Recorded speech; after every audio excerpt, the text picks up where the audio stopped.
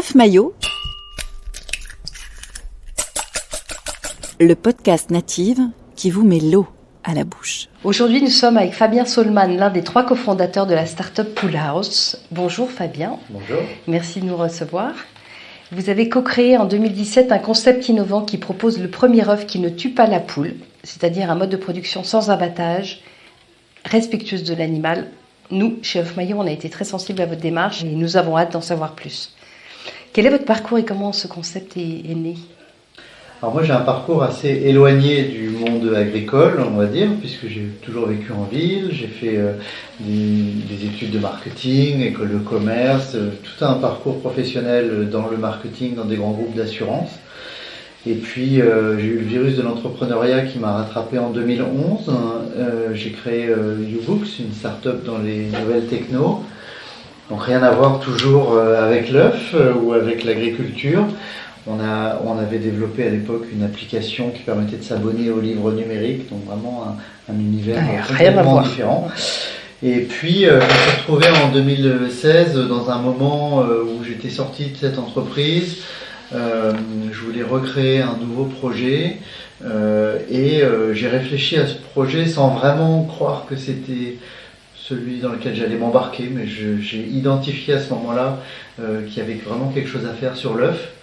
Il faut dire qu'à titre personnel, j'ai évolué sur la question de la cause animale au fil du temps et quelque part entre 2014 et 2015, j'ai approfondi mes connaissances sur la façon dont étaient traités les animaux d'élevage, sur la façon dont on avait découvert des choses sur la cognition animale, etc. J'étais devenu végétarien. Et c'est cette étape qui m'a emmené vers cette réflexion sur l'œuf. Et encore une fois, il a fallu 6 bons mois avant de me convaincre de me lancer dans l'aventure, parce que j'étais tout à fait en dehors de ma zone de confort. Vous travaillez avec les éleveurs partenaires. Comment ils ont accueilli votre projet ? Alors les premiers éleveurs, quand on est venu les trouver, ça a été relativement simple en vérité. On a été sur des éleveurs bio, qui sont des gens qui ont déjà pris un petit peu de recul souvent par rapport aux méthodes les plus intensives d'élevage ou d'agriculture. Et là, on leur proposait un deal tout à fait intéressant, puisqu'on leur proposait de payer plus cher les œufs, alors même que leur processus restait le même et qu'au lieu d'envoyer les poules à l'abattoir à 18 mois, on proposait de récupérer les poules dans notre ferme. Donc pas de grosses difficultés pour eux, un gain intéressant, le tout dans une démarche éthique. On n'a pas eu trop de mal à recruter les premiers éleveurs. Quel type de contrat vous avez mis en place avec eux ? Alors depuis, ça a un peu évolué, c'est-à-dire que recueillir des poules passé un certain âge, on peut toujours le faire, mais on essaie de mettre en place des systèmes dans lesquels ce sont les éleveurs qui vont conserver les poules. Et on leur apporte à la fois les guides sur la partie conduite d'élevage et la rémunération, qui fait que c'est intéressant pour eux de s'en occuper sur l'ensemble de leur durée de vie. Et est-ce qu'on peut parler d'une charte Pool House ? Absolument, donc il y a effectivement une charte, il y a un cahier des charges, il y a un suivi, il y a un certain nombre d'audits aussi qui sont menés par nous et on les accompagne à des moments bien particuliers aussi de la vie de la poule parce que c'est quelque chose qui est nouveau, il faut comprendre que personne n'a jamais fait ça avant nous. Donc les poules, on peut revenir sur le concept 2 secondes, les poules ont été toujours abattues à l'âge de 18 mois, depuis maintenant plus de 50 ans, ça fonctionne comme ça. Et quel que soit le mode d'élevage, ça c'est un point qui surprend souvent, c'est-à-dire qu'on soit sur de la cage ou qu'on soit sur le bio qui est le top du top, si vous voulez, ça ne change rien. Les poules, on s'en débarrasse à cet âge-là parce qu'elles commencent à pondre un peu moins. Et du coup, qu'est-ce que c'est qu'une poule de 20 mois ou de 25 mois Personne ne le sait, à part nous, puisqu'on a commencé à le faire. Et donc c'est une espèce de terrain inconnu dans lequel on emmène aussi nos éleveurs. Et c'est là où on leur apporte beaucoup d'informations et on les guide pour s'en occuper correctement. C'est pas très différent de ce qu'on faisait jusque-là, simplement il y a des étapes nouvelles d'accompagnement, il y a des choses à respecter en termes d'alimentation des poules, etc. Vous parlez aussi de ne plus se fournir en poussins femelles épointés. Qu'est-ce que ça veut dire ? Pool House, on essaye d'inventer un nouveau mode de production. On adresse plusieurs sujets qui nous semblent à corriger dans la filière. Donc il y a effectivement le cœur du sujet qu'on aborde, c'est de ne pas tuer les poules à l'âge de 18 mois. Mais il y a d'autres choses qui nous chagrinent. Notamment aujourd'hui, les poussins mâles sont tués le jour de leur naissance. Ils sont broyés, oui. Broyés vivants, 50 millions par an juste en France pour produire des œufs. Ensuite, les femelles, du coup, sont conservées puisque c'est elles qui vont pondre, mais on leur coupe le bec à la naissance. Alors pas la totalité du bec, mais néanmoins c'est une opération, une mutilation qui est assez douloureuse. Et puis on les tue à 18 mois. Donc nous on travaille ces 3 points-là, arrêter de tuer les poussins, arrêter de couper les becs et arrêter de tuer les poules à 18 mois. Pourquoi couper les becs ? En fait c'est pour éviter qu'elles se piquent entre elles. C'est des habitudes qui ont été prises qui sont plus liées finalement à l'élevage en cage. Ouais. Et depuis que l'élevage en cage diminue, ça n'a pas été re-questionné. Donc on part sur la même pratique sur les élevages plein air, alors que ce n'est pas vraiment utile. Vous avez pris un engagement fort auprès des consommateurs. Qu'est-ce qui nous garantit son bon respect ? Alors on essaye d'être le plus transparent possible. Par exemple, on a mis une webcam où on peut voir nos vieilles poules en action. On organise des visites. Après, voilà, le sujet, c'est de mettre en place des processus d'audit qui puissent être externes. Donc, on travaille là-dessus avec des visites qui ne soient pas des visites par Pool House, mais des visites par des organismes externes dans nos fermes. Oui, vous avez mis un système de contrôle en place. Exactement. Auprès des... Et on travaille aussi avec les associations de protection animale, comme Well Farm ou CWF, qui sont déjà venus dans nos exploitations. L214 ? Alors L214, on travaille beaucoup avec eux en ce sens qu'on échange beaucoup. Ceci dit, oui, remarquez, ils sont venus également, d'ailleurs avec une caméra chez nous, ce qui est assez rare. On leur a fait visiter notre ferme. Mais bon, voilà, L214 et nous, c'est une histoire assez étonnante parce qu'ils sont dans une approche abolitionniste, on appelle ça. Ça veut dire que dans leur esprit, on doit arrêter. Ils sont plus véganes. Élevage, exactement. Oui. Et néanmoins, ils reconnaissent bien l'avancée qualitative importante qu'il y a dans notre projet. Puisqu'on parle quand même de 100 millions d'animaux abattus chaque année inutilement et mutilés, qu'on pourrait éviter. Quoi. Et le poulet étant la viande la plus consommée au monde. Également. Vous pouvez nous parler de la technique de sexage in ovo qui permet de déterminer le sexe du poussin dans l'œuf ? Absolument, donc ça c'est le sujet des poussins mâles qui nous chagrine aussi. Donc on tue les poussins le jour de leur naissance parce qu'en fait ils ne servent à rien, en ce sens qu'ils ne pourraient pas devenir un poulet assez rapidement. Donc ça coûterait très très cher de les engraisser pour en faire des poulets. Par définition, ils sont mâles, ils ne vont pas pondre d'œufs, donc ne servant à rien, on les tue le jour de leur naissance. Donc les poulets sont des poules ? Oui, les deux. Et nous, on privilégie une technologie qui pour l'instant n'est disponible qu'en Allemagne, mais qu'on essaie de faire arriver le plus vite possible en France, qui consiste à identifier à l'intérieur de l'œuf assez précocement si on aura un poussin mâle ou un poussin femelle, pour ne couver que les œufs qui vont donner des femelles. Donc à la naissance, il n'y a que des femelles. Et on ne fait pas venir à la vie un poussin mâle pour le tuer le jour de sa naissance. Oui, c'est bien. Vous travaillez avec des éleveurs bio ou en plein air ? Peut-on travailler en bio si ce n'est pas en plein air ? Alors, les éleveurs bio donnent accès au plein air, alors que les éleveurs, la différence entre la notion d'élevage plein air et d'élevage bio, c'est plutôt l'alimentation qui est donné aux poules. Et donc c'est pour ça qu'on a décidé d'y aller, parce que nous on se met du point de vue de l'animal, et du point de vue de l'animal, l'expérience de vie, de notre point de vue en tout cas, est acceptable dans les deux cas. Donc toutes vos poules sont plein air ? Toutes nos poules sont plein air. Il y en a qui sont bio et mangent du bio et certaines ne mangent pas du bio. Ça nous permet aussi d'avoir un écart de prix sur le prix de vente du produit qui est différent.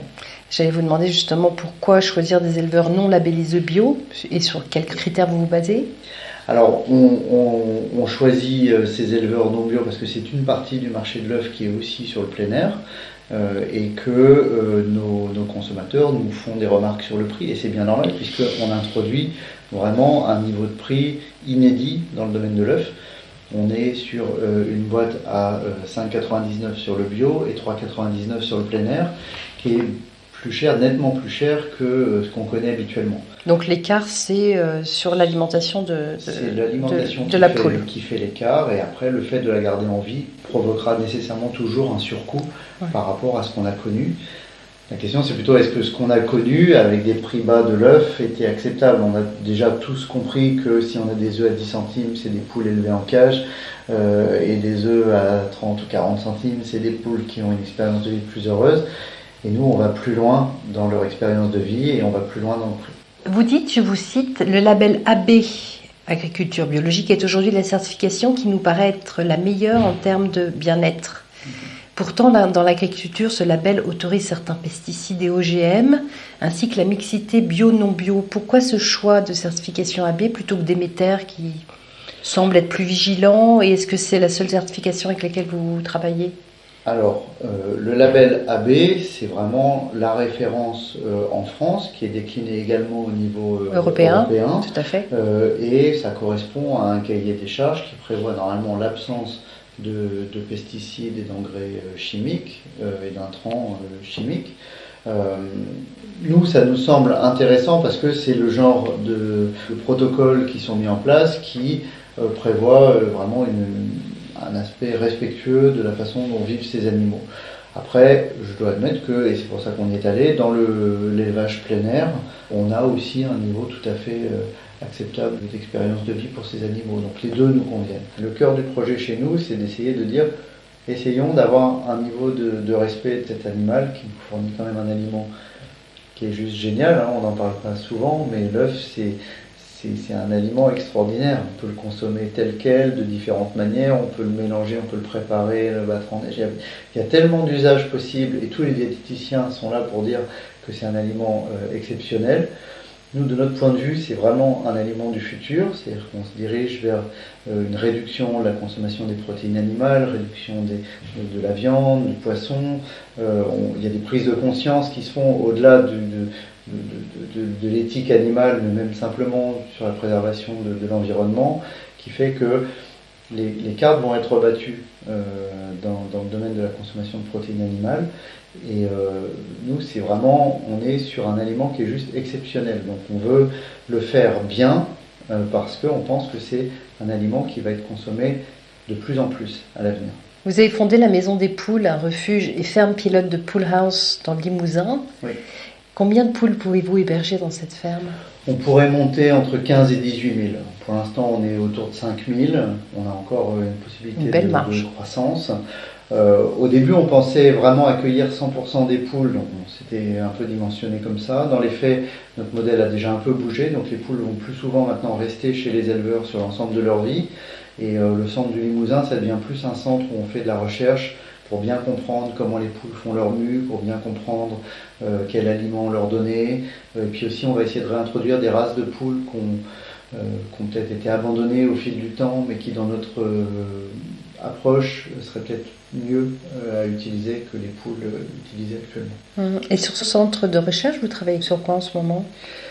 Ben voilà, sur des projets autour de la génétique, sur des projets autour de l'alimentation, sur des projets aussi d'analyse du comportement. C'est des animaux sociaux qui ont des comportements bien particuliers. On essaie de bien comprendre comment ils vivent, quels sont les groupes qui se forment et l'impact évidemment sur leur espérance de vie, sur la ponte, sur plein de choses. Vous avez commencé la commercialisation de vos œufs via le réseau Biocop en 2017. Oui. Où est-ce qu'on peut vous trouver aujourd'hui? Alors ça s'est beaucoup étendu, on est sorti des réseaux spécialisés, donc on est toujours chez Biocop et Naturalia et quelques autres qui sont en train d'arriver dans les réseaux spécialisés bio. On a démarré en dehors des réseaux bio avec Franprix, puis ensuite Monoprix. Là aujourd'hui on est également chez Carrefour, chez Auchan et Grand Frais, et ça va se déployer sur l'ensemble des enseignes. En fait, notre vision, c'est qu'on crée un nouveau segment sur le marché de l'œuf. Donc en gros, il y avait 4 façons de produire des œufs, et bien voilà, il en existe une 5e. Et au moment où la cage va s'arrêter, ce segment, lui, apparaît et va trouver sa place dans les rayons. Donc on a vocation à être partout. Oui, il y a des calibres, c'est 0, 1, 2, 3, 4, je crois. Là. Alors, 0, 1, 2, 3. Donc 3, c'est la cage, 2, c'est le sol. Donc ces deux-là nous posent un vrai problème de conscience parce que ces poules n'ont jamais accès à l'extérieur. Et il y en a encore, et c'est presque encore la moitié des œufs. C'est dingue. Mais c'est en train de diminuer fortement. On vient de 80% de cage et on est passé en dessous de 50 cette année. Donc c'est quand même en train de se transformer. Maintenant, les codes 1 et 0, c'est-à-dire plein air et bio, sont les deux codes qui donnent accès à l'extérieur aux poules et qui leur permettent d'exprimer leur comportement naturel. Donc c'est vraiment ceux que nous, on privilégie. Ceci dit, nous, on considère qu'on est en train de créer un peu, en quelque sorte, si on voulait, un nouveau code en introduisant cette notion de non-abattage ni des poussins ni des poules. Vous allez devenir quoi, 0-0 0 plus, oui, voilà, je ne sais pas. D'où vient votre positionnement justement pour le bien-être animal ? Franchement, c'est une réflexion personnelle, ça a été progressif, c'est probablement la lecture de certains livres comme ceux de Franz de Waal, l'éthologue, qui fait de la vulgarisation et qui permet de bien comprendre ce qu'on sait de la cognition animale. C'est des gens comme Yuval Noah Harari, Sapiens et les autres livres, où on prend un peu de recul sur notre responsabilité en tant qu'espèce, et voilà, c'est un peu presque des considérations philosophiques au départ, puis après on se dit voilà, c'est pas possible après avoir considéré tout ça d'aller faire un barbecue comme si de rien n'était, donc comment le mettre en pratique, qu'est-ce qu'on fait, voilà, comment on se met en cohérence. Vous ressentez un engagement différent sur les nouveaux modes de consommation ? Aujourd'hui, déjà, on ressent une prise de conscience chez les consommateurs de leur pouvoir en tant que consommateurs. Et ça, c'est quand même hyper important et je pense relativement neuf. Donc on voit l'arrivée de C'est qui le patron, on voit Yuka, on voit Too Good To Go. Toutes ces startups et nous, on est nés à peu près en même temps, en 2016-2017. Ouais. Parce qu'il se passe quelque chose. Le consommateur ne veut plus juste prendre un message publicitaire et aller acheter. D'ailleurs, ils vont de moins en moins en magasin. Il y a besoin de sens, il y a besoin de comprendre ce qu'il y a derrière. Donc, C'est qui le patron vous promet une meilleure rémunération du producteur de lait, c'est très bien parce que c'est pas normal de produire du lait et de perdre de l'argent alors qu'on travaille. Nous également d'ailleurs on rémunère mieux les éleveurs, c'est un sujet qu'on tient à souligner parce que c'est important. Le bien-être animal, c'est un sujet qui monte. Le consommateur veut savoir et prend des outils pour analyser les produits qu'il consomme. Donc ça, moi je pense que c'est extrêmement important parce que je pense que finalement le consommateur c'est quand même dans les agents économiques, si on devait prendre une analyse économique du sujet, c'est quand même ceux qui sont à l'origine de tout. Et si des marchés peuvent se développer comme celui qu'on est en train d'ouvrir, c'est par le consommateur, grâce au consommateur. D'ailleurs vous parlez de ce consomme-acteur. Consomme-acteur, exactement. En fait, l'idée c'est quand même de s'adresser au consommateur en adulte. Donc on ne va pas lui vendre juste un message publicitaire qui envoie du rêve mais qui repose sur des choses un petit peu floues. Non, là on a un message simple, nous c'est l'œuf qui tue pas la poule parce que chez nous on ne tue pas les poules. Et que si chacun pouvait faire l'effort de résumer son action comme on l'a fait nous, ça serait quand même vachement plus agréable pour le consommateur en rayon de comprendre exactement ce qu'il achète. Et c'est le sens d'ailleurs quand on voit Yuka, c'est ça aussi, bon, ok, on m'a vendu un message, maintenant regardons un petit peu à travers le code barre si c'est vraiment comme ça. Et on regarde et ah mince, il y a une pastille rouge, ah il y a un problème. Et c'est intéressant, cette période dans laquelle on rentre va quand même obliger un petit peu tout le monde à repenser sa proposition. Apprendre à lire des étiquettes et regarder vraiment ce qu'il y a derrière un produit. Exactement. Récemment, vous avez lancé une campagne de communication digitale, print et TV sous forme d'un film d'animation d'une minute, qui est un joli clin d'œil à Chicken Run. Pourquoi avoir choisi ce ton plutôt léger et pédagogique sur un sujet aussi lourd ? Il n'y a pas le choix en fait. Soit on fait des vidéos chocs, et je pense que c'est pas le rôle d'une marque, soit on fait de la pédagogie parce que quand même on part d'un niveau de connaissance qui est à peu près à zéro sur le fait que les poules sont tuées, donc il faut informer, c'est sûr. Est-ce que le message est bien reçu ? Le message est super bien reçu. Les gens, pas bien reçu, c'est-à-dire qu'il est intégré, compris. Il est compris, il est apprécié.